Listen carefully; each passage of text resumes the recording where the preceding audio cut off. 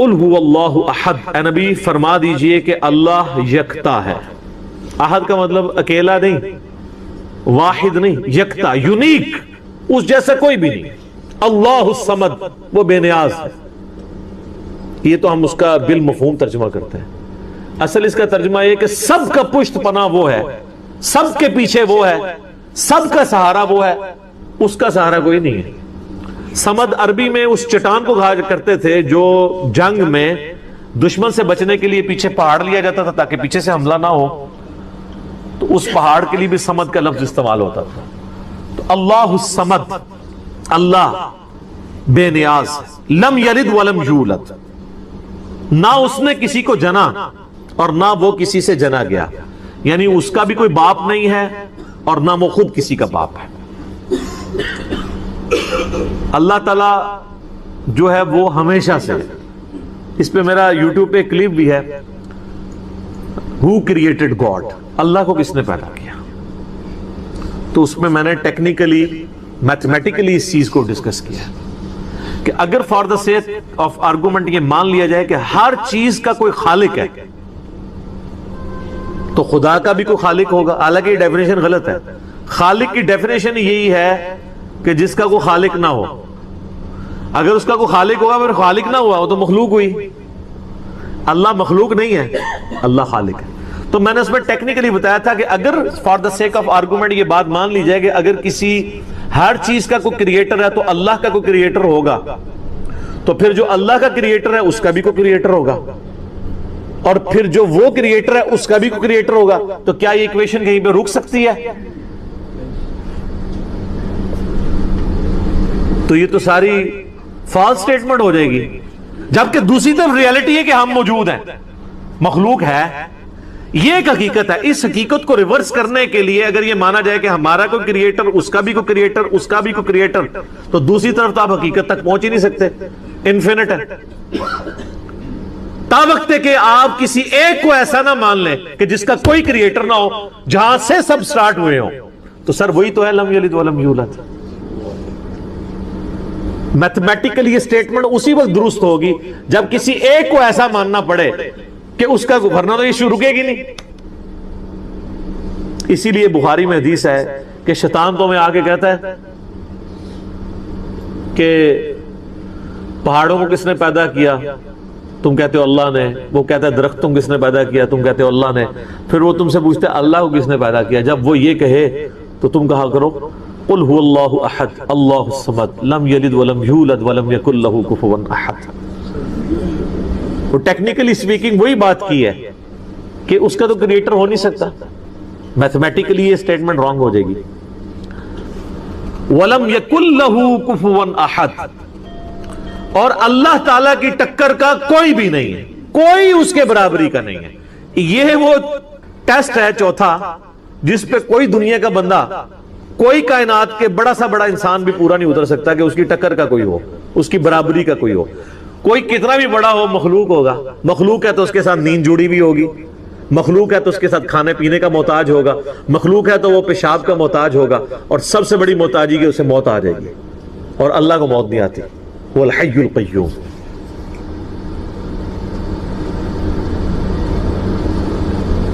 وہ خود سے زندہ ہے اور ہر چیز کو تھامنے والا ہے۔ تو یہ سورہ اخلاص یونیک صورت ہے اس اعتبار سے، اسی لیے اسے کہا جاتا ہے ٹچ سٹون آف تھیالوجی، توحید کی کسوٹی ہے کہ اللہ یکتا ہے، وہ بے نیاز ہے، سب اس پہ ڈیپینڈنٹ ہے، وہ کسی پہ ڈیپینڈنٹ نہیں، اور نہ وہ کسی سے جنا گیا نہ اس نے کسی کو جنا، اور اس کے ٹکر کا، اس کی ہمسری کا کوئی نہیں۔ اللہ اکبر۔ سورہ اخلاص پہ گھنٹوں بولا جا سکتا ہے، لیکن آپ وہ مسئلہ نمبر 112C دیکھ لیں۔ سارے وظائف جو آپ کر سکتے ہیں وہ ضرور کریں۔ بہرحال بعض اوقات کسی کی مجبوری ایسی ہو سکتی ہے کہ اسے آفس کی مجبوریوں کی وجہ سے یا اپنے کاروبار کی مصروفیت کی وجہ سے یا بچوں کی دیکھ بھال کی وجہ سے ہماری اسلامی بہنوں کو ٹائم نہ ملے، یا بعض اوقات صحت بھی اجازت نہیں دے رہی ہوتی۔ تو سیم یہی سوال سیدنا علی بن ابی طالب رضی اللہ تعالیٰ عنہ علیہ السلام کی بڑی بہن تھی سیدہ ام ہانی سلام اللہ علیہا، جو نبی الاسلام کی کزن لگتی ہیں، مولا علی کی بڑی بہن ہے، اور ایجڈ خاتون تھی۔ نبی الاسلام کی بہن ہی لگتی تھی تو آپ ان کے پاس چلے جایا کرتے تھے. تو یہ حدیث سنن نسائی الکبریٰ کے اندر موجود. ہم نے بلو کارڈ کے اندر اس حدیث کا ریفرنس بھی دیا ہوا ہے. پہلے میں ان کارڈز کے بارے میں آپ کو بتا دوں. یہ 2 کارڈز ہمارے ہیں جو ہم نے شروع میں جن کارڈز کو پرنٹ کیا تھا، جو آپ ڈاک میں منگوا بھی سکتے ہیں. ایک بلو کارڈ ہے اور ایک ہے گرین کارڈ. بلو کارڈ جو ہے وہ پیچھے سے مجھے دیں، یہاں تو نہیں رکھے ہوئے. 2 کارڈ دے دیں. بلو کارڈ جو ہے وہ صبح و شام کے اذکار ہیں، اور گرین کارڈ جو ہے وہ فرض نماز کے بعد کے اذکار ہیں. ان کے میں نے بڑی حکمت کے ساتھ کلر کوڈنگ کی ہوئی ہے. یہ بلو کارڈ ہے، یہ آپ کو PDF اس کا ahlsunnatpak.com سے آپ ڈاؤن لوڈ کر سکتے ہیں. ایپ بھی بنی ہوئی ہے، ہارڈ کاپی بھی ہماری اکیڈمی سے آپ منگوا سکتے ہیں. فون صبح 9 سے لے کے 5 بجے تک آن ہوتا ہے. +92 کے کوڈ کے ساتھ 32159000162 032159000162. بلو کارڈ میں حکمت ہے. آپ بتا، بلو کارڈ دنیا کا ایک بلو کارڈ ہے، وہ ہے UK میں ورک پرمٹ، کوئی بلو کارڈ کہتے ہیں. یہ آخرت کا بلو کارڈ ہے، صبح شام کے سنت اذکار، اکثر بخاری مسلم سے. دوسرا کارڈ ہے یہ گرین کارڈ، آخرت کا. دنیا کا بھی گرین کارڈ ہوتا ہے، وہ تو سب کو ہی پتا ہے، امریکن نیشنلٹی. یہ آخرت کا گرین کارڈ، فرض نماز کے بعد سنت اذکار. پھر میں نے ایک مختصر کارڈ بھی بلو کارڈ میں سے نکالا، یہ اورنج کارڈ.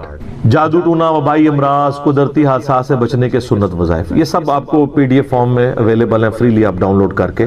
اس میں صرف 5 اذکار ڈالے تھے. جو بلو کارڈ پورا نہیں پڑھ سکتا کم از کم یہ پڑھ لے، تو اس کے لیے اس معاملے میں انشاءاللہ تعالی آسانی ہو جائے گی. تو یہ تینوں کارڈ جو ہے نا جی، کوشش تو کریں کہ یہ کارڈ روزانہ آپ لوگ پڑھیں، آپ کے لیے بینیفیشری ہوں گے انشاءاللہ تعالی. بل سنن نسائی الکبریٰ کی طرف آئیں. وہ جو حدیث میں بیان کر رہا ہوں، ترمذی میں بھی روایت موجود ہے، لیکن ترمذی والی روایت جو ہے نا کمزور ہے. صحیح سند اس کی سنن نسائی الکبریٰ کے اندر ہے. ہمارے بلو کارڈ میں 19 نمبر کے اوپر یہ وظیفہ ہے. انٹرنیشنل نمبر کے مطابق 10680 10680 نمبر حدیث ہے. سیدہ ام ہانی کہتی ہیں، یا رسول اللہ میں بوڑھی ہو گئی ہوں، لمبے وظیفے مجھ سے کوئی نہیں ہوتے، مجھے کوئی ایک وظیفہ ایسا بتا دیں جو میں کر لوں، میرے لیے کفایت کرے. سر جو وظیفہ پھر لیا ہے نا مولا علی کی بہن نے، وہ ایسا وظیفہ ہے کہ مجھے ابھی تک اتنا تگڑا اور کوئی وظیفہ نہیں احادیث میں نظر آیا جس کی اتنی فضیلت ہو. آپ علیہ السلام نے فرمایا 100 دفعہ روزانہ سبحان اللہ پڑھ لیا کرو، تمہیں 100 غلام آزاد کرنے کا ثواب ملے. سر روزہ اگر آپ توڑ بیٹھیں تو ایک غلام آزاد کرنا پڑتا ہے، تو 100 روزوں سے بھی کے برابر یہ آپ سمجھ لیں. 100 دفعہ الحمدللہ پڑھ لیا کرو، تمہیں 100 گھوڑے اللہ کی راہ میں جہاد کے لیے بھیجنے کا ثواب ملے. 100 دفعہ اللہ اکبر پڑھ لیا کرو، تمہیں 100 اونٹ اللہ کی راہ میں بھیجنے کا، قربان کرنے کا، نہر کرنے کا ثواب ملے گا. 100 اونٹ، سر ایک اونٹ کی قیمت آلموسٹ 2-2.5 لاکھ کروڑوں روپے کا وظیفہ ہے جی. ملینز آف ڈالرز کا یہ وظیفہ ہے فری میں. اور 100 دفعہ لا الہ الا اللہ پڑھ لیا کرو، یہ زمین و آسمان کے درمیان جتنا فاصلہ ہے اس کو ثواب سے بھر دے. سر لا الہ الا اللہ کے پھر برابری کون کر سکتا ہے؟ وہ حدیث بطاقہ ہے نا، کاغذ کے پرزے والی حدیث جامعہ ترمذی میں، کہ ایک شخص کے 99 دفاتر گناہوں کے کھولے جائیں گے اور نامہ مال تل رہا ہوگا، تو اللہ تعالیٰ فرمائے گا میں کسی کے ساتھ ناانصافی نہیں کرتا. دوسری طرف ایک کاغذ کا ٹکڑا ڈالا جائے گا جس پہ لا الہ الا اللہ لکھا ہوگا. وہ شخص کہے گا یہ ایک ٹکڑا کیا کر سکتا ہے، بس وہ رکھنے کی دیر ہوگی، وہ پڑھنا بھاری ہو جائے گا. اللہ کے نام سے تو وزنی کوئی چیز نہیں ہو سکتی. اسے کہتے ہیں کاغذ کے پرزے والی حدیث. اس کے لیے جنت کا حکم ہو جائے گا. لا الہ الا اللہ کا مقابلہ نہیں ہے. تو یہ 4 وظیفے ہیں، سبحان اللہ، الحمدللہ، اللہ اکبر، لا الہ الا اللہ. یہ اتنا محبوب وظیفہ ہے کہ جو سنن ابی داؤد میں، جامعہ ترمذی میں صلاۃ و تسبیح والی حدیث ہے، اس میں 300 دفعہ کون سے کلمات پڑھے جاتے ہیں؟ یہی سبحان اللہ والحمد للہ ولا الہ الا اللہ واللہ اکبر. بس اتنا ہی پڑھنا ہوتا ہے. یہ ولا حول ولا قوت الا باللہ کی حدیثیں الگ سے ہیں، لیکن صلاۃ و تسبیح میں اتنا ہی پڑھنا ہوتا ہے، 4 کلمات. حتیٰ کہ صحیح مسلم میں حدیث ہے، نبی علیہ السلام نے فرمایا یہ 4 کلمات مجھے ہر اس چیز سے بڑھ کر محبوب ہیں جن پہ سورج طلوع ہوتا ہے. یعنی دنیا اور جو کچھ دنیا کے اندر ہے اس سے بڑھ کر مجھے یہ چیز محبوب ہے کہ میں یہ 4 کلمات کہہ لوں، سبحان اللہ والحمد للہ ولا الہ الا اللہ واللہ اکبر. اور صحیح مسلم کی ایک اور حدیث ہے کہ نبی علیہ السلام نے فرمایا اللہ تعالیٰ کو اس سے بڑھ کر کوئی اور کلمات محبوب نہیں ہے، اور یہ حصہ بخاری میں بھی ہے اس کا، اور اس میں اللہ تعالیٰ کی طرف سے کوئی پابندی نہیں ہے، تم ان کی ترتیب بھی بدل سکتے ہو، یعنی سبحان اللہ کے بعد آپ اللہ اکبر پڑھ لیں، پھر لا الہ الا اللہ، کوئی فرق نہیں، یہ ایک اوپن چیز ہے۔ آپ یوں بھی کر سکتے ہیں کہ پہلے 100 دفعہ پڑھ لیں سبحان اللہ سبحان اللہ سبحان اللہ، الحمدللہ الحمدللہ الحمدللہ، اللہ اکبر، کیونکہ را کو پھر لام سے ملائیں گے، اللہ اکبر اللہ اکبر اللہ اکبر، لا الہ الا اللہ لا الہ الا اللہ لا الہ الا اللہ۔ اور یوں بھی پڑھ سکتے ہیں، وہ زیادہ بہتر ہے، سبحان اللہ والحمدللہ ولا الہ الا اللہ واللہ اکبر، کیونکہ اکبر پہ وقف کریں گے، ورنہ یہ سبحان اللہ تو الحمدللہ ہی پڑھ نہیں سکتے آپ، کیونکہ الحمدللہ الحمدللہ بنے گا کانٹینیوس، جیسے اللہ اکبر اللہ اکبر اللہ اکبر بن، تو وقف کرنا پڑے گا سوائے سبحان اللہ کے۔ سبحان اللہ یہ تو پڑھ سکتے ہیں، لیکن الحمدللہ کو الحمدللہ وقف کرنا پڑے گا۔ اللہ اکبر اگر ملائیں گے تو اللہ اکبر، را کو لام سے، تو اس کی بجائے اتنی مشکل میں نہ پڑھیں، سبحان اللہ والحمدللہ ولا الہ الا اللہ واللہ اکبر، ایک تسبیح پڑھ لے، چاروں وظیفے 100 دفعہ ہو جائیں گے، کیونکہ نبی علیہ السلام نے اجازت دے دی ہے نا، آگے پیچھے دائیں میں کچھ بھی کر سکتے ہو، اور یہ ترتیب تو صلاۃ و تسبیح میں موجود ہے، نبی علیہ السلام نے کلمات پڑھے بھی ہیں۔ آپ کو پتہ ہے تبلیغی جماعت والے 3 وظیفے بتاتے ہیں، ویسے بڑی سمجھداری سے ہی کسی نے وہ ڈیوائس کیے ہوئے ہیں، 100 دفعہ وہ یہ بتاتے ہیں سبحان اللہ والحمدللہ ولا الہ الا اللہ واللہ اکبر، وہ ساتھ وہ بتاتے ہیں ولا حول ولا قوت الا باللہ، وہ بھی پڑھ سکتے ہیں، وہ بھی صحیح بخاری میں رات کو اٹھتے وقت کی دعا ہے، العلی العظیم تک بھی پڑھ سکتے ہیں، وہ ابن ماجہ میں موجود ہے۔ میرا ایک یوٹیوب پہ کلپ ہے 6 کلموں کا ثبوت، تو میں نے بتایا 4 کلمے ثابت ہیں، 2 مولویوں کے لکھے ہوئے ہیں آخری والے جو ہیں، تو بلکہ وہ میرا بیٹا تو وہ اس کے وہ کورس میں آیا تو اس نے وہ 2 یاد ہی نہیں کیے، تو اس کو ماں کہہ رہی یاد کرو، کہتی ثابت، وہ کہتا ثابت ہی نہیں ہے تو کیوں ساری یاد کرو۔ ہم ریکویسٹ کریں گے، ہمارے پاس بھی وہ کورس اسلامیات کا جو ہے نا اس کو ریویو کرنے کے لیے بھیجا ہوا ہے ہماری اکیڈمی میں انہوں نے، تو ہم اس میں ان کو ریکویسٹ کریں گے کہ یہ آخری 2 کلمے نکال دیں، پہلے 4 کلمے ثابت ہیں، وہ تو ثابت ہی نہیں ہے، تو خام خواہ لوگوں کو آپ رٹا رہے ہیں، الٹا جن لوگوں کی شادی ہونے والی ہوتی ہے وہ بیچارے ٹینشن میں پڑے ہوتے ہیں 6 کلمے یاد کرنے کے، حالانکہ کلمے کے ساتھ تو کوئی تعلق ہی نہیں اس کے۔ تو یہ جو صلاۃ و تسبیح کے اندر بھی پڑھا جاتا ہے، لیکن اس میں لا حول ولا قوت الا باللہ نہیں، وہ تو لادہ سے بخاری مسلم میں حدیث ہے کہ جنت کے خزانوں میں سے ایک خزانہ ہے لا حول ولا قوت الا باللہ، تو آپ پڑھنا چاہتے ہیں ضرور پڑھیں، اس میں وظیفے کے طور پہ آپ پوری تسبیح اس کی پڑھ لیں بے شک۔ تو تبلیغ جماعت والے یہ بتاتے ہیں 100 دفعہ درود شریف بتاتے ہیں اور 100 دفعہ استغفار بتاتے ہیں، بہت انٹلیکچوئل چیز ہے۔ یہ وظیفہ اتنا کمال ہے کہ آپ کے ہر فرض نماز کے بعد یہ وظیفہ نبی علیہ السلام نے مشروع کیا ہے، مسلم شریف میں حدیث ہے ہر فرض نماز کے بعد یہ وظیفہ پڑھنے والا کبھی نامراد نہیں جاتا، 33 دفعہ سبحان اللہ، 33 دفعہ الحمدللہ اور 34 دفعہ اللہ اکبر۔ اور ایک حدیث میں ہے مسلم شریف کی کہ جو پڑھے 33 دفعہ سبحان اللہ، 33 دفعہ الحمدللہ، 33 دفعہ اللہ اکبر اور 100 کا عدد پورا کرنے کے لیے پڑھ لے لا الہ الا اللہ وحدہ لا شریک لہ لہ الملک ولہ الحمد وہو علی کل شیء قدیر، 100 کا عدد اس سے بھی پورا کر سکتے ہیں اور 100 کا عدد اللہ اکبر کہہ کے بھی پورا کر سکتے ہیں، تو اس کے سارے گناہ معاف کر دیے جائیں گے اگرچہ سمندر کی جھاگ کے برابر ہی کیوں نہ ہو، لیکن وہ صغیرہ گناہ، کبیرہ گناہ صرف توبہ سے معاف ہوتے ہیں۔ وہ صحیح مسلم میں حدیث ہے کہ اگر بڑے گناہوں سے بچا جائے تو ایک جمعے سے دوسرا جمعہ، ایک رمضان سے دوسرا رمضان اور ایک نماز سے دوسری نماز درمیان کے گناہوں کا کفارہ بن جائے گی، لیکن جو نماز ہی نہیں پڑھتا تو جمعہ پڑھتا رہے تو وہ تو بڑے گناہوں سے نہیں بچا ہوا نا۔ مسلم شریف میں حدیث ہے بندے کے کفر اور اسلام کے درمیان فرق نماز ہے، یہ نہ ہو کہ ایک رمضان پڑھ لے اگر رمضان کے بھی چلے سارے، نہیں نا، اس طرح نہیں ہوگا۔ تو یہ وظیفہ اتنا کمال ہے، بخاری مسلم دونوں میں حدیث ہے، کچھ غریب صحابہ حضور کے پاس ہے، یا رسول اللہ ہر مقابلے میں ہم برابری کر لیتے ہیں امیر اصحاب کی، وہ روزے رکھتے ہیں ہم بھی روزے رکھ لیتے ہیں، وہ نمازیں پڑھتے ہیں ہم بھی نمازیں پڑھ لیتے ہیں، وہ جہاد کرتے ہیں ہم بھی جہاد کر لیتے ہیں، ایک معاملے میں آ کے ہم مارے جاتے ہیں، قرآن میں بار بار ہے اللہ کی راہ میں خرچ کرو، ہم تو خود ہی غریب ہیں، تو آپ ہمیں کوئی اس کا حل تجویز کریں۔ تو آپ فرمایا میں تمہیں ایک ایسی چیز بتاتا ہوں کہ تم ان کی برابری کر لو گے، تم ہر فرض نماز کے بعد 33 دفعہ سبحان اللہ، 33 دفعہ الحمدللہ، 34 دفعہ اللہ اکبر پڑھ لیا کرو۔ یہ بخاری مسلم دونوں میں۔ کچھ دنوں کے بعد پھر وہ حاضر ہوئے، یا رسول اللہ وہ تو امیر صحابہ کو بھی پتہ چل گیا، وہ بھی یہی کچھ پڑھ رہے ہیں، اب ہم کیا کریں؟ تسی تک لو جناب، تسی گرین کارڈ دے تے بلو کارڈ دے چکر پہ ہو، دنیا دے آخرت کے نہیں۔ صحابہ کرام آخرت کے بلو اور گرین کارڈ کی بات کرتے، تو نبی علیہ السلام مسکرائے، آپ نے فرمایا ذالک فضل اللہ یؤتی من یشاء، یہ اللہ کا فضل ہے، میں تو اللہ کا فضل نہیں روک سکتا، ٹھیک ہے نا۔ تو ظاہر گیون سرکمسٹانسز اللہ کے دیے ہوئے ہیں، اس کے اندر آپ بیسٹ پرفارم کرنے کی کوشش کریں. اللہ کے فضل کو تو کوئی روک نہیں لگا سکتا نا. کوئی یہ نہیں کہہ سکتا کہ جی وہ یعنی تیرے ہوتے جنم لیا ہوتا کیوں نہیں ہوا، ہو سکتا ہے ابو جہل ہی ہوتا. تو جس حال میں اللہ نے رکھا ہے اسی کو آپ بہتر سمجھیں. تو اس طرح کی کئی احادیث ہیں جو ان وظیفوں کو سپورٹ. اچھا، مسلم شریف میں ایک حدیث میں یہ بھی آیا کہ 10 دفعہ سبحان اللہ، 10 دفعہ الحمدللہ اور 10 دفعہ اللہ اکبر. اگر کسی کے پاس ٹائم تھوڑا ہے نا تو فرض نماز کے بعد یہ بھی پڑھ سکتے، 10 دفعہ بھی وظیفہ یہ والا کیا جا سکتا. ایک بڑی دقت انگیز حدیث ہمارے یوسف بھائی نے اس پہ کلپ بھی بنایا ہے، صفین کی راتوں میں. بخاری مسلم دونوں میں حدیث ہے. مولا علی علیہ السلام خود روایت کر رہے ہیں. وہ کہتے ہیں کہ نبی علیہ السلام کو جب اللہ نے کچھ شادگی دی، کچھ غلام آپ کو گفٹ ملے، تو میں نے فاطمہ سے کہا کہ تم پورا دن گھر کی صفائی کرتی ہو، چکی چلاتی ہو، اس کی وجہ سے ان کے ہاتھ پہ بھی نشان بن گئے تھے. اس طریقے سے سامان اٹھا کے لاتی تھیں تو وہ رسی کے نشان یہاں پڑے ہوئے تھے. تو نبی علیہ السلام سے جا کے جو ہے وہ ایک غلام ڈیمانڈ کر لیتے ہیں جو ہمیں ذرا ہیلپ آؤٹ کر دے گا. جب سب کو مل رہا ہے تو ہمیں بھی مل جائے گا. تو سیدہ فاطمہ حاضر ہوئی. یہ حدیث بخاری میں بھی ہے، مسلم میں بھی. تو حضور علیہ السلام کے پاس گئیں، بات نہیں کر. طبیعت میں تربیت کس کی تھی سر؟ بولڈنس نہیں تھی وہ والی، حالانکہ باپ ہے اور حضور کو پتا تھا اپنی بچی کی عادت. تو وہ گئیں، بات نہیں کر سکی، واپس چلی گئی.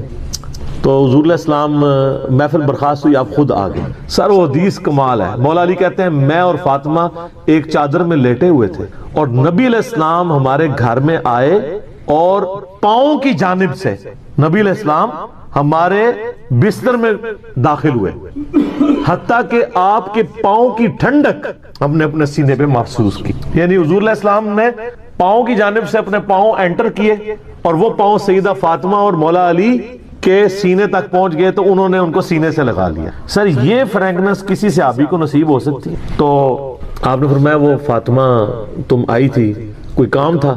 سیدہ فاطمہ سے پھر بھی بات نہیں نکلی. تو حضرت علی کہتے ہیں میں نے نا پھر کہا یا رسول اللہ وہ میں نہیں بھیجا تھا، پورا دن کام کرتی ہے. آپ کی بیویاں کہتی ہیں ہماری کوئی ذمہ داری نہیں ہے. یہ بھی تو بیوی تھی نا. بخاری مسلم میں حدیث ہے جنتی عورتوں کی سردار ہے فاطمہ سلام اللہ علیہا.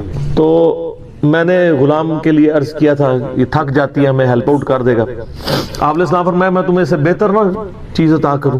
کہ یا رسول اللہ عطا کریں. یعنی آپ لوگ تو سمجھ رہے ہوں گے کہ غلام مانگا ہے تو شاید ایک گھوڑا بھی ساتھ گفٹ مل جائے گا. ان کا جب رات کو بسترے پہ جانے لگو نا تو 33 دفعہ سبحان اللہ، 33 دفعہ الحمدللہ اور 34 دفعہ اللہ اکبر پڑھ لیا کرو. یہ تمہارے لیے اس غلام سے بھی بہتر ہے. یعنی سارے دن کی تھکاوٹ اتر جائے گی. سر یہ بہت بہترین وظیفہ ہے. تو اچھا یہ حدیث مولا علی پوری زندگی سنایا کرتے تھے کیونکہ حضرت فاطمہ اور مولا علی کی ایک محبت بڑی مثالی تھی. پھر لوگ بھی جو ہے نا وہ مولا علی سے پوچھا کرتے تھے وہ فاطمہ والی حدیث تسبیح فاطمہ، اسے تسبیح فاطمہ اسی لیے کہا جاتا ہے. تو یہ حدیث جب بیان کی مولا علی نے تو آگے نے تابعین نے پوچھ لیا، بخاری مسلم دونوں میں ہے کہ حضرت علی کہتے ہیں کہ وہ دن ہے آج کا دن ہے، میں نے کبھی یہ وظیفہ چھوڑا نہیں ہے. سر استقامت تو خود مل جاتی ہے. جس کے بسترے میں جا کے نبی علیہ السلام وظیفہ سکھا رہے ہوں تو وہ پوری زندگی اس واقعے کو کبھی بھول سکتا ہے کہ مجھے خود آ کے میرے بسترے میں آ کے اور حتیٰ کہ آپ کے قدم مبارک میرے سینے سے لگے تھے، اس حال میں حضور نے مجھے یہ تحفہ دیا ہے، وہ تحفہ کوئی بھلا سکتا ہے؟ تو تابعی نے کہا کہ مولا علی سے کہا کہ کیا جنگ صفین کی راتوں میں بھی آپ یہ وظیفہ پڑھا کرتے تھے جب مسلمانوں پہ اتنا مشکل وقت تھا، آپ میدان جنگ میں تھے؟ آپ دیکھیں 30 سال کے بعد مولا علی کو تلوار دوبارہ اٹھانا پڑی اسلامی نظام کو بچانے کی. تو مولا نے کہا ہاں صفین کی راتوں میں بھی میں نے کبھی یہ وظیفہ نہیں چھوڑا. تو اس پہ وہ کلپ بنایا تھا صفین کی راتوں میں. یہ اتنا کمال کا وظیفہ. اللہ تعالیٰ ہمیں اس وظیفے پہ استقامت دے اور کچھ نہ کر سکیں یہ ضرور کیا کریں. بخاری مسلم حدیث ہے، عائشہ کہتی ہیں نبی علیہ السلام نے فرمایا کہ اللہ تعالیٰ کو سب سے بڑھ کر محبوب عمل وہ ہے جو مستقل مزاجی سے کیا جائے خواہ تھوڑا ہی کیوں نہ ہو، بنسبت اس عمل کے جو بہت زیادہ ہو لیکن مستقل مزاجی سے نہ ہو. ایک بندہ ایک دن 1000 دفعہ سبحان اللہ پڑھتا ہے، اگلے دن 10 دفعہ پڑھتا ہے، اس سے بہتر روزانہ ہی 10 دفعہ پڑھ لے. تو یہ وظیفہ 100 دفعہ پڑھنے کے لیے کوئی زیادہ ٹائم ریکوائرڈ نہیں ہوتا. آپ روٹین میں آپ پاس دونوں آپشن ہیں، الگ الگ کر کے پڑھ لیں تب بھی ٹھیک ہے، ایک ہی دفعہ میں پڑھ لیں سبحان اللہ والحمدللہ ولا الہ الا اللہ واللہ اکبر تب بھی درست ہے. اور فرض نماز کے بعد تو اور کوئی وظیفہ، ایک آیت الکرسی والا وظیفہ اور یہ تسبیح فاطمہ والا وظیفہ اور تکبیر بلند کرنا، استغفار پڑھنا، اللہم انت السلام منک السلام، سارے اذکار اس میں لکھے ہوئے. چند ایک وظائف تو ضرور پڑھیں اور اس میں یہ والا وظیفہ کبھی نہ چھوڑیں. یہ بہت ایکسٹرا آرڈنری مغرب کی اذانیں شروع ہو چکی ہیں، بقیہ سوالات انشاءاللہ اذان مغرب کے وقفے کے بعد انشاءاللہ۔ جزاکم اللہ۔ جامعہ ترمذی میں اور مسند امام احمد میں صحیح سند کے ساتھ یہ حدیث موجود ہے کہ اللہ کے محبوب صلی اللہ علیہ وآلہ وسلم نے فرمایا کہ جو شخص قیامت کو اپنی آنکھوں سے دیکھنا چاہے تو وہ سورۃ التکویر پڑھ لے اور سورہ الانفطار پڑھ لے، یہ دونوں صورتیں آ جائیں گی، اور سورۃ الانشقاق پڑھ لے، وہ اس کے بعد آتی ہے سورۃ المطففین کے بعد۔ یہ تین صورتیں ایسی ہیں کہ اگر کسی نے قیامت کو اپنی آنکھوں سے دیکھنا ہے، وہ یعنی ویڈیو فلم اس کی دیکھنی ہے قیامت کے دن کا نقشہ، تو ان تین صورتوں کو پڑھ لے۔ بڑی جاندار یہ صورتیں ہیں۔ اللہ کا نام لے کے شروع کرتے ہیں۔ اعوذ باللہ من الشیطان الرجیم، بسم اللہ الرحمن الرحیم۔ اذا الشمس کورت، وہ وقت یاد کرو جب سورج کو لپیٹ دیا جائے گا، وَإِذَا النُّجُومُ انْكَدَرَتْ، اور ستارے بکھر جائیں گے۔ میں نے پہلے بھی عرض کیا قیامت والے دن اللہ تعالیٰ نے گریویٹیشنل فورس کو ڈسٹرب کر دینا ہے، اور اس کا اینڈ رزلٹ یہ ہے کہ پھر گریویٹی اگر ڈسٹرب ہو جائے تو اس کائنات کے اندر جتنے اجرام فلکی ہیں، جتنے بھی سیٹلائٹس ہیں، یہ سب کے سب تباہ و برباد ہو جائیں گے۔ جتنے بھی سن ہے، جتنے بھی سورج ہیں، وہ تمام کے تمام اس کی وجہ سے ایک دوسرے میں مل کے ختم ہو جائیں گے۔ تو وہ وقت یاد کرو جب سورج کو لپیٹ دیا جائے اور ستارے بکھر جائیں، وَإِذَا الْجِبَالُ سُيِّرَتْ، اور پہاڑوں کو اکھیڑ دیا جائے۔ اس روئے عرض پہ سب سے مضبوط چیز جو ہے نا اللہ کی مخلوقات میں سے، وہ پہاڑ ہے۔ کوئی بھی جاندار یا ہماری لینگویج میں جو بے جان چیزیں ہیں، چاہے وہ درختوں کی فارم میں ہوں، جاندار چیزیں چاہے جانوروں کی فارم میں ہوں، کوئی بھی اتنی مضبوط نہیں ہے اپنی کنسٹرکشن کے اعتبار سے جتنے پہاڑ ہیں، بلکہ یہ پوری زمین کی ڈائنامک بیلنسنگ ان پہاڑوں کی وجہ سے۔ تو پہاڑ بھی گریوٹی کی وجہ سے ڈسٹرب ہو کے اون کی طرح بکھر رہے ہوں، جیسے روئی کے ریشے اڑتے ہیں نا جب اس کی دھنائی کی جاتی ہے، تو اس طرح یہ پہاڑ اس زمین کے اوپر تیر رہے ہوں گے، زمین بالکل فلیٹ کر دی جائے گی۔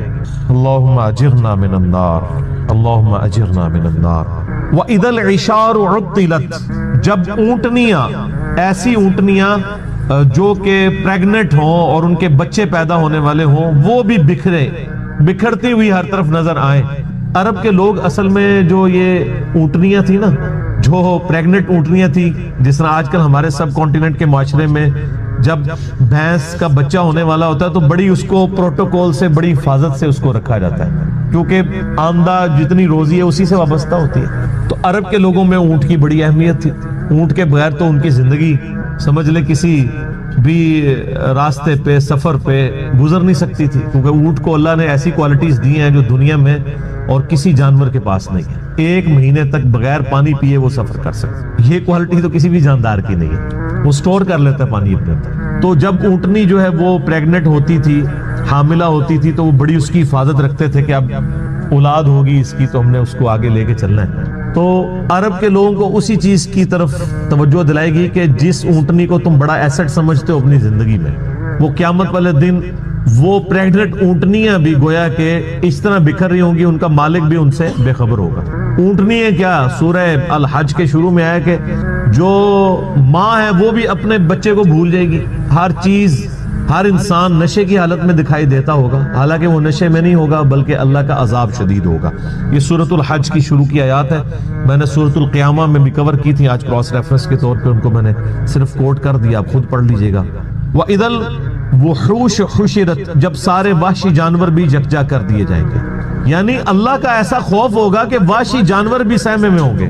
ورنہ آپ سوچ سکتے ہیں کہ بکری اور شیر ایک جگہ پہ جمع ہو اور شیر بکریوں پہ حملہ آور نہ ہو، یہ دوسرے وحشی جانور بھی آپ کو دیکھیں کہ آپس میں لڑتے ہیں، شیر اور چیتوں کی لڑائی ہو جاتی ہے، مگرمچھ اور شیروں کی لڑائی ہو جاتی ہے، یہ سارے لڑنے والے جنگلی جانور بھی قیامت والے دن ایک جگہ جمع ہوں گے لیکن لڑ رہے نہیں ہوں گے، وہ ایسا خوف کی کیفیت ہوگی کہ وہ بھی ڈر کے مارے سہمے میں کھڑے ہوں۔ انسانوں کی بھی کیا حالت ہونی ہے، تو وہ وحشی جانور بھی، کیونکہ قیامت دن ان کو بھی زندہ کیا جائے گا۔ صحیح مسلم میں حدیث ہے کہ قیامت والے دن اللہ تعالیٰ ایک سینگ والی بکری اور ایک بغیر سینگ والی بکری، جس نے دنیا میں آپس میں لڑائی کی اور سینگ والی بکری نے بغیر سینگ والی بکری کو سینگ مارا، تو اللہ تعالیٰ قیامت والے دن، صحیح مسلم کی حدیث ہے، دونوں کو زندہ کرے گا اور بغیر سینگ والی بکری کو سینگ دیے جائیں گے اور سینگ والی کے سینگ چھین لیے جائیں گے کہ آج تم اپنا بدلہ اتارو۔ بدلے کا دن ہے جی وہ، مالک یوم الدین، قیامت کا دن، بدلے کا دن۔ دنیا میں کسی بڑے سے بڑے بدماش کی بدماشی چل سکتی ہے، لیکن آخرت میں لمن الملک اليوم، آج کے دن کس کی بادشاہت ہے؟ للہ الواحد القہار، اس اکیلے اللہ کی جو سب پہ چھایا ہوا ہے۔ آپ دیکھیں یہ سورۃ المومن کی آیت ہے، اللہ نے قیامت کے دن اپنا نام ہی القہار رکھا ہوا ہے، سب پہ چھایا ہوا۔ تو اللہ تعالیٰ فرماتا ہے اس دن وحشی جانور بھی سہمے میں کھڑے ہوں گے ایک جگہ۔ وَإِذَا الْبِحَارُ سُجِّرَتْ، جب سمندر بھڑکا دیے جائیں گے۔ وَإِذَا دَكَّتِ الْأَرْضُ دَكًّا دَكًّا، آگے جا کے آئے گا نا، زمین کو کوٹ کوٹ کے برابر کر دیا جائے گا، یہ زمین کو فلیٹ کر دیا جائے گا، سارے پہاڑ، اونچی نیچی چیزیں سب ختم کر دی جائے گی۔ تو ظاہر ہے اس کا اینڈ رزلٹ یہی نکلنا ہے کہ زمین کے اندر جو لاوا ہے وہ باہر آ جائے گا یا ایٹ لیسٹ اوپر آ جائے گا۔ تو یہ جو سمندر ہیں، آپ کو پتا ہے سمندروں کے نیچے بھی آتش فشاں ہیں، بعض اوقات سمندروں کے اندر آتش فشاں پھٹتے ہیں تو ایک نئے نئے جزیرے بھی نمودار ہو جاتے ہیں۔ اکثر ٹی وی پہ خبر بھی آتی ہے کہ فلاں سمندر میں، پیسیفک اوشن میں یا اٹلانٹک کے اندر ایک نیا جزیرہ نمودار ہوا ہے۔ وہ جزیرہ کیسے اوپر آتا ہے؟ نیچے وہ آتش فشاں جو ہے وہ اگلتا رہتا ہے، لاوا وہ سمندر کے پانی میں ٹھنڈا ہوتا رہتا ہے، وہ لاوا جمع ہو کے پورے کا پورا ایک نیا آئل لینڈ بن جاتا ہے۔ اور وہ آتش فشاں اتنے طاقتور ہیں کہ ان کی وجہ سے بعض اوقات جب پانی کے اندر ابال پیدا ہوتا ہے، جیسا کہ آپ کسی پانی کے برتن میں کوئی پتھر پھینکیں تو اس میں سے لہریں جنریٹ ہوتی ہیں نا، تو اسی طریقے سے سمندر کے اندر جب آتش فشاں پھٹتے ہیں نا تو اس کے جو بڑا بڑا لاوا نکلتا ہے وہ بڑے بڑے پتھروں کی فارم میں بن جاتا ہے، لیکن اس کی وجہ سے زمین کے اس لاوے کی وجہ سے سمندر کے اندر ویوز پیدا ہوتی ہیں، جیسا کہ باہر سے پتھر مارنے کی وجہ سے ہوتی ہیں، چاہے باہر سے پتھر مارا جائے چاہے اندر سے پتھر ہو، تو وہ ایک دفعہ ویوز تو نکلیں گی، اور وہی ویوز ہیں جو سونامی کی شکل میں۔ اور آپ جا کے ذرا یوٹیوب پہ ویڈیوز دیکھ لیں، ایک ایک سونامی آتا ہے تو لاکھوں لوگوں کی زندگی اور کروڑوں کی اور اربوں ڈالرز کی جو کنسٹرکشنز ہیں ان کو ختم کر دیتا ہے۔ تو قیامت والے دن بھی یہی ہونا ہے کہ وہ لاوا جب اگلا جائے گا تو یہ جو بڑے بڑے سمندر ہیں نا، یہ سمجھیں کہ دیگیں بن جائیں گی، جیسے دیگ آپ آگ کے اوپر چڑھا دیں۔ اب یہ سارے سمندروں کے نیچے جب یہ آگ سلگ رہی ہوگی تو وہ نقشہ وَإِذَا الْبِحَارُ سُجِّرَتْ، جب سمندر بھڑکا دیے جائیں گے۔ ظاہر سمندر کے اندر آگ لگ جائے گی، کیسے؟ سمندروں کے نیچے وہ آتش فشاں کی دیگیں ہوگی تو یہ سمندر کے پانی بھی گرمائش کی وجہ سے ابل رہے ہوں گے۔ اللہم اجرنا من النار۔ سر انسان کی جائے پناہ کیا ہوگی پھر؟ تو خوش نصیب تو وہ لوگ ہیں جن کو اللہ کے عرش کا سایہ نصیب ہوگا۔ بخاری و مسلم میں حدیث ہے کہ قیامت والے دن اللہ کے سائے کے سوا، یعنی اس کے عرش کے سائے کے سوا اور کوئی سایہ نہیں ہوگا، اور 7 طرح کے لوگ اس کے عرش کے سائے کے نیچے ہوں گے۔ ان میں سے ایک شخص وہ ہے جس نے جوانی میں توبہ کر، در جوانی توبہ کردن شیوہ پیغمبری، یہ پیغمبروں کا طریقہ ہے جوانی میں توبہ کر۔ بوڑھا ہو کے تو شیر بھی شکار کرنا چھوڑ دیتا ہے۔ لن تنالوا البر حتى تنفقوا مما تحبون، تم کبھی بھی نیکی کا اعلیٰ درجہ حاصل نہیں کر سکتے جب تک کہ اپنی پسندیدہ چیز اپنے رب کو نہ دے دو۔ انسان کی زندگی میں سب سے پسندیدہ چیز اس کی جوانی ہے، جو جوانی اپنے رب کو دے دے تو ظاہر ہے وہ پھر اس چیز کا حقدار ہے کہ اسے اللہ کے عرش کا سایہ نصیب ہے۔ اس کے علاوہ بھی اور لوگ ہیں، اگر آپ نے وہ حدیث ڈیٹیل سے پڑھنی ہے تو وہ حدیث بخاری مسلم دونوں میں ہے۔ آپ مشکات کی پہلی جلد میں کتاب المساجد چیپٹر میں چلے جائیں تو یہ آپ کو شروع میں یہ حدیث مل جائے گی، کیونکہ اس میں ایک وہ شخص بھی ہے جس کا دل مسجد میں اٹک رہا ہو، اسی لیے وہ مساجد والے چیپٹر میں لے کے آئے ہیں، مشکات والے وہاں۔ تو اللہ تعالیٰ ماتا ہے اس دن سمندر بھڑکا دیے جائیں گے۔ وَإِذَا النُّفُوسُ زُوِّجَتْ، اور جب جانوں کو جوڑ دیا جائے گا، یعنی مطلب روح اور جسم کا تعلق قائم کر کے مردوں کو قبروں سے نکال دیا جائے۔ وَإِذَا الْمَوْعُودَةُ سُئِلَتْ، اور جب کہ اس زندہ بچی سے پوچھا جائے گا جسے زندہ دفنا دیا تھا اس کے ماں باپ۔ آپ کو پتا ہے عرب کے لوگ بچی کی پیدائش سے وہ نفرت کرتے تھے، اور آج تک یعنی ہمارے سب کانٹیننٹ کے معاشرے میں وہ فرسودہ نظریات چل رہے ہیں، حتیٰ کہ مسلمانوں کے ہاں بھی چلتے ہیں، ہندوؤں کے ہاں تو بہت زیادہ ہے۔ 8 سے 15 سال پہلے کی آلموسٹ رپورٹ ہے بی بی سی کی کہ انڈیا کے اندر روزانہ 3000 بچیاں پریگنینسی کے دوران مار دی جاتی تھی۔ 3000 روزانہ۔ ظاہر ہے کہ 1 ارب سے زیادہ جب آبادی ہوگی، اب تو 1.5 ارب کے قریب پہنچ چکی، تو اس میں 3000 تو کچھ بھی نہیں۔ اسی وجہ سے آج انڈیا میں مردوں کی تعداد عورتوں سے زیادہ ہو گئی، 3000 بچے۔ آج بھی وہی چیزیں چل رہی ہیں. اور ہمارے بھی سب کانٹیننٹ کے معاشرے میں, آپ پنجاب کے معاشرے میں تو بالخصوص دیکھ لیں کہ بچی کی پیدائش کو ایک نٹوریس چیز سمجھا جاتا ہے, ماں کے حق میں بھی اور اولاد کے یعنی اعتبار سے باپ کے حق میں. اور وہ ساسیں جو خود فیمیل جینڈر سے تعلق رکھتی ہیں وہ اپنے پوتی کے پیدا ہونے کے اوپر ناخوش ہو رہی ہوتی ہیں, حالانکہ انہوں نے نہیں سوچا کہ کیا وہ خود مرد تھی. وہ اگر فیمیل پیدا ہوئی ہے تو ٹھیک ہے, لیکن ان کے بیٹے کے ہاں اگر کوئی بچی پیدا ہو گئی ہے تو غلط ہے. کتنی یہ بری ٹریڈیشن. یہ لازم بات ہے کہ بعد میں جب وہ بچے بڑے ہوتے ہیں تو بچوں کی وجہ سے اولاد کا جو بچوں والا جینڈر ہے اس کی پورشن کی وجہ سے ماں باپ جو ہے ذلیل ہو رہے ہوتے ہیں اور بچیوں کی وجہ سے وہ سکھی ہوتے ہیں. یہ لازم بات ہے, زیادہ تر ہم نے یہی دیکھا ہے. تو اللہ تعالیٰ فرماتا ہے قیامت الدن اس بچی کو زندہ کر کے اللہ تعالیٰ اس سے پوچھے گا بِأَيِّ ذَنبٍ قُتِلَتْ, تجھے کس گناہ کے سبب قتل کیا گیا تھا. کتنی لطیف گفتگو ہے کہ قتل کرنے والے سے نہیں پوچھا جا رہا بلکہ بچی سے پوچھا جائے گا کہ معصوم بچی آج تیرا دن ہے, تو بول کہ کس جرم کی پاداش میں تجھے قتل کیا تھا تیرے ماں باپ نے. تو معصوم بچی کو اللہ تعالیٰ بیسیکلی اسے حوصلہ افزائی فرما رہا ہوگا کہ آج دن ہے, تجھے بدلہ دلایا جائے گا. کتنے صحابہ تھے جنہوں نے یعنی ایمان لانے سے پہلے کفر کی حالت میں اس طرح کے جرائم کیے ہوئے, اور اللہ تبارک و تعالیٰ نے اسلام لانے کے سبب ان کے ان گناہوں کو معاف کیا. کئی ایک واقعات ہیں جو آپ سنتے رہتے ہیں. بہرحال یہ بہت بڑا جرم ہے. آج بھی یہ بات ماڈرن دور میں جو اس سے ریلیٹڈ چیز ہے جس کو ڈسکس کرنے کی ضرورت ہے. نیٹ کے اوپر آپ کو شعر و شاعری کی فارم میں بھی ایسی نظمیں ملیں گی سیدنا داہیہ قلبی رضی اللہ تعالیٰ عنہ کے بارے میں کہ ان کی ایک چھوٹی سی بچی تھی جو انہوں نے دفنا دی تھی, اور جب وہ اسلام قبول کرنے کے لیے آئے تو انہوں نے پورا بڑا رکت انگیز واقعہ ہے, وہ انسان بیان بھی نہیں کر سکتا. تو وہ بیان کر کے کہا یا رسول اللہ مجھے کیا یہ میرا گناہ بھی معاف ہو جائے گا؟ تو اللہ نے فرمایا, اللہ کے نبی علیہ السلام نے فرمایا کہ اسلام پچھلے سارے گناہوں کو معاف کر دیتا ہے. بہرحال آج کے دور کے اعتبار سے اس میں عبرت یہ ہے کہ اللہ کا شکر ہے اسلام کی برکت سے لوگ کم از کم بچیوں کو دفناتے تو نہیں ہیں, لیکن پریگنینسی کے دوران ضائع کرانا بھی کسی نہ کسی درجے میں اسی جرم کے اندر فال کرتا ہے. پریگنینسی آئیڈینٹیفائی ہوگی, ایون آئیڈینٹیفائی نہ بھی ہوئی ہو کہ یہ میل ہے یا فیمیل, اس سے پہلے بھی آپ یہ کام کر نہیں سکتے. اولاد کو قتل کرنے کے زمرے میں آتا ہے, اور قرآن حکیم میں بڑی سختی سے اس کی مذمت ہے. سورہ بنی اسرائیل میں تو اللہ تعالیٰ نے بالکل ایک اوپن فلسفہ بیان کیا ہے کہ مت قتل کرو اولاد کو مفلسی کے ڈر سے, تمہیں بھی ہم رزق دیتے ہیں اس کو بھی ہم ہی رزق دیں گے, بے شک ان کا گناہ بہت بڑا جرم ہے. لوگ ان چیزوں کو ہلکا جان رہے ہوتے ہیں, پھر ڈاکٹروں سے مشورہ کرتے ہیں, پھر ہمیں بھی کبھی بعض اوقات رابطہ کر رہے ہوتے ہیں, جی وہ بتائیں جی بس وہ جی یہ ہو گیا جی وہ ہو گیا جی یہ مجبوری ہے جی ابھی جناب 40 دن پورے نہیں ہوئے, فلاں نہیں ہوئے, یہ نہیں ہوئے.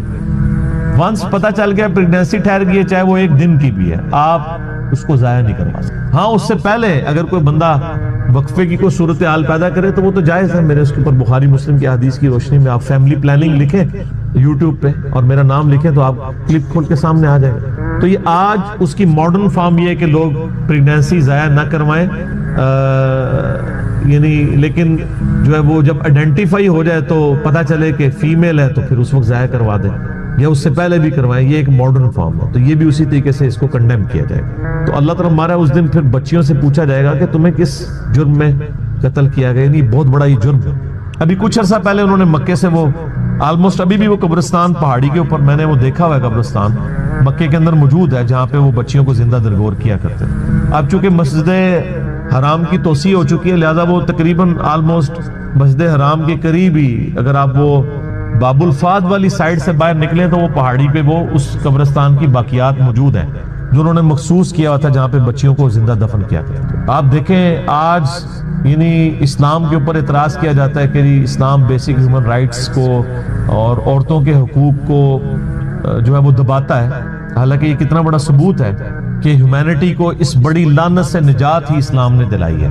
آج بھی آپ دیکھ لیں جو اسلام نے عورتوں کو عزت دی ہے کسی اور معاشرے نے نہیں دی. اس لیے آپ دیکھیں جب غیر مسلم عورتیں مسلمان ہوتی ہیں آپ ان کے انٹرویو سنیں تو وہ آپ کو پتہ ہے اس وقت جو غیر مسلم مسلمان ہو رہے ہیں نا ان میں 67% عورتیں ہیں اور 33% جو ہیں وہ مرد ہیں. عورتیں کہتی ہیں ہم سیکیور فیل کر رہی ہیں, ہمیں تو اسلام میں آ کے پتہ چلا ہے کہ عورت کی عزت ہی اسلام میں. وہاں گورے تو مطلب جو گوروں کے ملک میں تو گوریاں تو ترس جاتی ہیں کہ ان کو کوئی مخلص خاوند ملے, اور یہاں پہ مل جاتے ہیں اسلام کی وجہ سے. خاوند کیا غلام مل جاتے ہیں. کتنی عزت. اور عورتیں جس طرح بوڑھی ہوتی ہیں ان کی عزت میں اضافہ ہوتا ہے. عورتیں سٹرانگ ہوتی جاتی ہیں اور مرد کمزور ہوتا جاتا ہے. اور جب ماں بن جاتی ہے تو آپ دیکھ لیں ہمارے سب کانٹیننٹ کے معاشرے میں کتنی عزت ہے. چند ایک مثالیں آپ ایک نوٹوریس دیں گے, اوورال تو ایک ورت ہے نا. اسی لیے یعنی جو غیر مسلم عورتیں مسلمان ہوتی ہیں وہ اسی چیزوں کو اپریشیٹ کرتے ہیں. آپ مسلمان عورت کو پوری زندگی اس پہ قائل کرتے ہیں کہ وہ نقاب کرے, اور غیر مسلم عورت مسلمان ہوتے ہی حجاب شروع کر دیتی ہے. اور آپ ان کے انٹرویو سنیں, وہ آپ کو خود بی بی سی انٹرویو کر چکی ہے, ان سے سی این این پہ آئے ہوئے ہیں, وہ کہتا ہے انہوں نے ڈیفینڈ کیا پورا نقاب کر کے عورتیں بیٹھی ہیں, اور کوئی جاہل عورتیں نہیں, پڑھی لکھی عورتیں. بلکہ آپ یوٹیوب پہ ایک ڈیبیٹ ہے, غالباً ایک فرانس میں ایک میکینیکل انجینئر تھی, وہ عورت جو مسلمان ہوئی اس نے پورا کالا نقاب اور پورا برقع کیا ہوا, اور دوسری طرف انہوں نے ایک مسلمان ملک کی ایک بال کھول کے مسلمان عورت بٹھائی ہوئی تھی, اور ڈیبیٹ یہ ہو رہی تھی کہ برقع ضروری ہے کہ نہیں. وہ غیر مسلم مسلمان ہونے والی برقعے کو ڈیفینڈ کر رہی تھی, اور جو پیدائشی مسلمان ہے, کچھ بھی ہے تیرے محبوب کی امت سے ہے, وہ کہہ رہی تھی یہ ضروری نہیں ہے. تو پھر اس عورت نے جو نیو مسلم تھی, اس نے جو دلائل دیے ہیں, یوٹیوب کے اوپر یہ ڈیبیٹ پڑی ہوئی آپ دیکھ لیں, تو اس نے کہا میں نے تو اسلام میں آ کے اسلام کی خوبصورتی دیکھی ہے کہ عورت کی عزت ہے, ورنہ ہم جب اس طرح ہی پھرتی تھی تو ہمیں ہر کوئی کموڈٹی کے طور پہ دیکھتا تھا. آج ہم نے نقاب کیا ہوتا ہے تو کم از کم ہمیں ایک کموڈٹی کے طور پہ تو پیش نہیں کیا جاتا. اسلام کے اندر عزت ہے ایک عورت کی. تو قیامت والے دن اللہ تعالیٰ پھر اس بچی سے پوچھے گا جسے دفنا دیا گیا تھا زندہ یا قتل کر دیا گیا تھا, وَإِذَا الصُّحُفُ نُشِرَتْ, اور جب اعمال نامے کھولے جائیں گے, وَإِذَا السَّمَاءُ كُشِطَتْ, اور جب آسمان کی کھال ادھیڑ دی جائے گی. اس کا ایک معنی یہ بھی ہو سکتا ہے کہ آسمان بھی پھٹ جائے گا اور اوپر کی مخلوقات بھی انسانوں کو نظر آنا شروع ہو جائیں گی. اور یہ کھال ادھیڑنے کا ذکر سورہ رحمان میں بھی ہے کہ قیامت والے دن آسمان بالکل سرخ ہو جائے گا, جیسے آپ کسی جانور کی کھال ادھیڑیں تو اندر سے سرخ گوشت نکلتا ہے, اللہ کے غضب کی وجہ سے وہ سرخ نظر آ رہا ہوگا. دیکھیں کچھ تو میں نے پہلے عرض کر دیا, اسی میں ایڈ کر دیتا ہوں. آپ نے اپنے ملک کے اعتبار سے ہی رکھنا ہے. فضیلت تو میں نے بتا دی مسلم شریف میں کہ 2 سال کے گناہوں کا کفارہ ہے, اور یہ صغیرہ گناہ ہے. کبیرہ گناہ توبہ سے معاف ہوں گے. اس کو سپورٹیو حدیث ہے صحیح مسلم کی کہ اگر کبیرہ گناہوں سے بچا جائے تو ایک نماز سے دوسری نماز, ایک جمعے سے دوسرا جمعہ, اور ایک رمضان سے دوسرا رمضان درمیان کے گناہوں کا کفارہ ہے, اگر کبیرہ گناہوں سے بچا جائے. اب ایک شخص نے ایک جمعہ پڑھا اور اگلا جمعہ پڑھا, بیچ میں ایک نماز بھی چھوڑ دی, تو کبیرہ گناہ اس نے کر لیا نا. تو کبیرہ گناہ جو ہیں وہ توبہ سے معاف ہوں گے اور اپنی اصلاح کرنے سے. صغیرہ گناہ آٹومیٹکلی معاف ہو جاتے ہیں بغیر توبہ کے بھی, نیک اعمال کی وجہ سے. جو قرآن پاک میں ہے نا کہ نیکیاں جو ہیں وہ گناہوں کو مٹا دیتی ہیں. وہ کون سے گناہ جو چھوٹے موٹے انسان سے لا علمی میں چھوٹے موٹے گناہ ہو جاتے ہیں. یہ علیحدہ بات ہے کہ آلموسٹ جتنے گناہ ہیں وہ کبیرہ ہی ہیں جن سے توبہ کیے بغیر چارہ نہیں ہے. بخاری مسلم سے کم از کم میں نے 20 گناہ, اور قرآن پاک میں بھی سمجھ لیں 8-10 گناہ تو آئے ہوئے. شرک, ماں باپ کی نافرمانی, قتل نہ حق, زنا, یہ تو قرآن میں آیا ہے, شراب نوشی, جوا, جادو, یہ وہ سارے بڑے بڑے, غیبت, چغلی, وعدہ خلافی, آلموسٹ جتنے گناہ آپ کو نام آپ لے سکتے ہیں وہ سارے کبیرہ گناہ ہیں. تو ان سے آپ نے اگر بخشش کروانی ہے توبہ اور اپنی اصلاح کرنے سے, صرف توبہ کرنے سے کام نہیں چلتا, اس کی توبہ کا طریقہ ہی اپنی اصلاح ہے. تو یہ صغیرہ گناہوں کے اگینسٹ ہے. وہ اکثر لوگ اعتراض کرتے ہیں جی گزشتہ اور آئندہ, آئندہ کے لیے ایک کہ جی آئندہ کے گناہ بھی معاف ہو جائیں گے. وہ آپ جن گناہوں کی معافی سمجھ رہے ہیں نا وہ تو اس سے ہونے ہی کوئی نہیں ہے, وہ تو ویسے ہی نماز پڑھنے سے آئندہ کے گناہ تو معاف ہوں گے ایک فضیلت کے طور پہ. اسی لیے بعض محدثین نے اس کا ترجمہ یہ کیا ہے کہ 2 سال کے گناہوں کا کفارہ ہے. ٹھیک ہے, تو یہ با محاورہ بھی بات ہو سکتی ہے, تعویل اس کی بھی کی جا سکتی ہے. رہا کہ سعودیہ کے مطابق کرنا ہے تو یہ تو ان 15-20 سالوں کی ایک زیادہ مصیبت ہے. ادروائز اگر آپ 8 سے 40-50 سال پہلے جائیں, جب یہ سیٹلائٹ ٹی ویز کا سلسلہ ہمارے علاقوں میں یہاں شروع نہیں ہوا تھا, ریئل ٹائم ڈیٹا نہیں آتا تھا, تو اس وقت تو ہمیں پتہ ہی نہیں ہوتا تھا کہ آج سعودیہ میں یوم عرفہ ہے یا نہیں ہے. تو اگر پہلے آلموسٹ 1400 سال کے مسلمان اپنے اپنے علاقوں کے مطابق یوم عرفہ کو لے کے چل رہے ہیں, تو اب بھی وہی, آپ شریعت بدل تو نہیں جانی ہے. اس میں زیادہ رسک ہے کہ کوئی کہ جی میں سعودیہ کے مطابق رکھوں گا کیونکہ اس وقت ہے, تو بخاری مسلم میں حدیث ہے کہ حاجیوں کے اوپر تو یوم عرفہ کا روزہ ویسے ہی نہیں ہے. نبی علیہ السلام حج کے دوران صحابہ نے آپ کو پیالہ مشروب کا پیش کیا، یہ چیک کرنے کے لیے آپ نے روزہ تو نہیں رکھا، تو آپ نے پی لیا، تو صحابہ کو پتہ چل گیا کہ غیر حاجی کے لیے روزہ، حاجی کے لیے نہیں ہے۔ ایون یہ سیٹلائٹ ٹیکنالوجی جب تک نہیں تھی تو مکے کے اندر جو لوگ تھے ان کو یہ آئیڈیا تھا، مدینے والوں کو بھی نہیں پتا ہوگا کہ مکے کا کب بن رہا ہے یہ سلسلہ یوم عرفہ کا، اگر ان میں آپس میں ڈفرنس آ جاتا ہے۔ آج چونکہ ریئل ٹائم ڈیٹا آ رہا ہے، اس لیے یہ فتنے بھی زیادہ کھڑے ہو رہے ہیں، جی سعودیہ کو دیکھیں گے، سعودیہ کو دیکھیں گے، سعودیہ کو دیکھیں گے، 10 محرم بھی یہاں کی ہوگی، رمضان بھی یہاں کا ہوگا، عیدیں بھی یہاں کی ہوگی، سعودیہ کو نہیں آپ نے دیکھنا۔ آپ نے اپنے علاقے کے مطابق، یہ 9 ذی الحجہ کا روزہ ہے، وہ کہتے نہیں لفظ تو آیا ہے یوم عرفہ، تو اس کا نام یوم عرفہ ہے نا، جیسے 10 محرم کا نام عاشورہ ہے، ویسے تو ہر مہینے میں عاشورہ موجود ہوتی ہے، عاشورہ کہتے ہیں 10ویں دن کو، لیکن جب سمپلی عاشورہ بولا جاتا ہے اس سے مراد محرم کی 10 تاریخ ہے، تو یوم عرفہ ہی اسے بولا جائے گا۔ تو اس لیے آپ نے اپنے علاقے کے مطابق اس کو لے کے چلنا ہے۔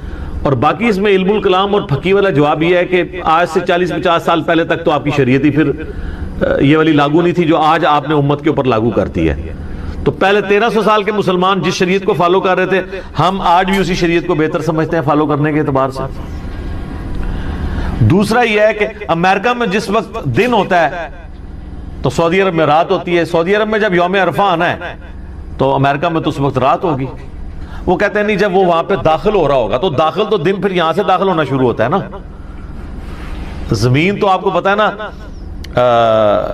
مشرق سے مغرب کی طرف روٹیٹ کر رہی ہے، اس لیے مشرق میں پہلے سورج نکلتا ہے، پہلے سورج نکلے گا مشرق میں، آپ جائیں گے آسٹریلیا کی طرف چلے جائیں تو پہلے سورج طلوع ہو رہا ہے ہم سے، پھر اس طرح کرتے کرتے کرتے جب ہمارا طلوع ہوتا ہے تو ہمارے سے 2 گھنٹے بعد سعودیہ کا ہوتا ہے، تو دن تو وہی ٹریول کر رہا ہے نا اس اعتبار سے۔ تو اگر آپ اسپیسیفکلی دیکھیں تو دن پہلے، لیکن وہ چاند کی تاریخوں کا اعتبار چونکہ علیحدہ ہوتا ہے، اس کے اوپر بھی میرا رؤیت ہلال کے اوپر اور چاند دیکھنے کے مسئلے کے اوپر، مون سائٹنگ کے اوپر ویڈیو کلپ ریکارڈڈ ہے۔ مختصر یہ ہے کہ آپ اپنے علاقے کے مطابق رکھیں گے، اور کل کو اگر آپ نے یہ کہنا ہے کہ ہم نے وہاں دیکھنا ہے تو پھر آپ میں سے کوئی ایک اور بندہ اٹھے گا، وہ کہے گا جی یہ جو آپ پھر عید کر رہے ہیں پھر وہ بھی سعودیہ کے مطابق کریں، کیونکہ اصل تو وہ جو ہے وہ حج کی یہ رسم باقی رکھی گئی ہے، تو حج تو وہاں پہ ہو رہا ہے، یہ پھر اگلی پھکی ہے۔ اسی طریقے سے وہ جو مولا علی علیہ السلام کا میں نے بتایا سنن کبریٰ البیہقی اور مصنف ابن ابی شیبہ سے کہ وہ 9 ذی الحجہ کی صبح سے لے کے فجر سے لے کے 13 کی عصر تک تکبیرات پڑھتے تھے، تو آپ پھر کہیں گے جی وہاں تو تکبیرات شروع ہو چکی ہوئی ہیں، تو وہ تو پھر آپ کو 8 کو شروع کرنی پڑیں گی یہاں، اور ایک دن پہلے ختم کرنی پڑیں گی۔ ایک فائدہ ہو جائے گا کہ جنہوں نے سیاپا ڈالا ہے نا، وہ آج کی ان کو قربانی جو ہے وہ 3 دن پہ آ جائے گی، کیونکہ اتنے جو چوتھا ہونا ہے نا اتنے تیسرا ہونا ہے، تو چلو قربانی اگر 3 دن